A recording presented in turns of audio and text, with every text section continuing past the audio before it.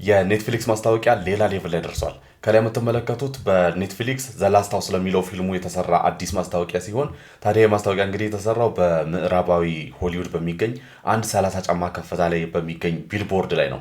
ታዲያ ምንድን ያደረጉት መሰላችሁ? ሊትራሊ ይህንን ቢልቦርድ ወደ ቤትነት ነው የቀየሩት፣ ወይም ደግሞ ኢሉዥን ነው የፈጠሩት። አንድ ቤት ውስጥ እንግዲህ ያስፈልጋሉ ተብሎ የሚታሰቡ ቤዚክ የሚባሉ ነገሮችን ካደረጉ በኋላ ፈርኒሽ ከተደረገ በኋላ ኢቭን ኤሲ ሳይቀር ከተገጠመለት በኋላ ስታንትማኑ ሊትራሊ ወደዚህ ቢልቦርድ ቤት ይገባል ማለት ነው። ከዛ በኋላ እንግዲህ አቴንሽን መሳብ ይጀምራል። ከስር በጣም ትራፊክ ፍሰት ያለበት መንገድ ስለሆነ በጣም ብዙ ሰው ይከታተሏል። ታዲያ እንግዲህ የስታንትማን አንዴ ቢጃማ እየለበሰ አንዴ የሻወር ልብስ እየለበሰ ስናክ እየበላ ስትሬች እያደረገ ስፖርት እየሰራ የተለያዩ አክቲቪቲዎችን እያደረገ ትኩረት መሳብ ይጀምራል። ኢቭን አያም ስታክ ኢን ሂር እያለ መልእክት ያስተላልፋል ማለት ነው። እና ሰዎችም እንግዲህ ተሰብስበው በአግራሞት ይከታተሉታል። ታዲያ በዚህ ምክንያት እንግዲህ ፊልሙ በጣም ፌመስ ይሆናል። እንደውም አንዳንዶች እንደሚሉት ከሆነ ከፊልሙ በላይ ማስታወቂያው በለጠ ሁላ እያሉ ነው። ይህን ጉዳይ በተመለከተ አንዳንድ የዜና ምንጮች ኔትፍሊክስ በዚህ $200,000 ተቀጥቷል እያሉ ዜና እየሰሩ ነው። ነገር ግን ይህ በጣም ከእውነት የራቀ የሐሰት መረጃ ነው። ምክንያቱም እንደነዚህ አይነት ማስታወቂያዎች የሚሰሩት አስፈላጊው ሂደት ተሂዶ